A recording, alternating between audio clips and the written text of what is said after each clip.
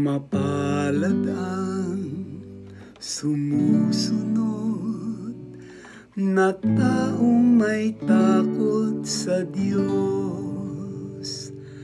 Mapalad ang sumusunod na taong may takot sa Diyos. Mapalad ang bawat tao na sa Diyos ay may takot. Ang maalab na adhikay sumunod sa kanyang utos. Hindi siya magkukulang sa anumang kailangan. Ang buhay ay maligaya at uunlad ang kanyang buhay.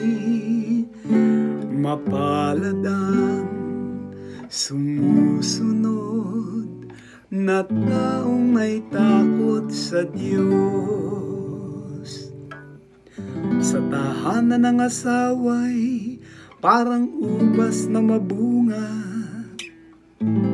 bagong tanim na ulibo sa may dulang ang anak niya.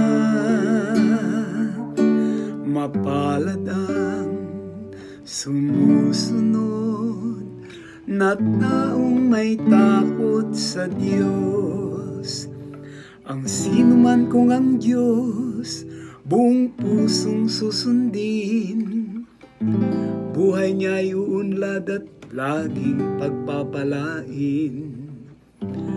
Mula sa Siyon pagpapala nawa ng Diyos ay tanggapin at makita habang buhay pagunlad ng Jerusalem.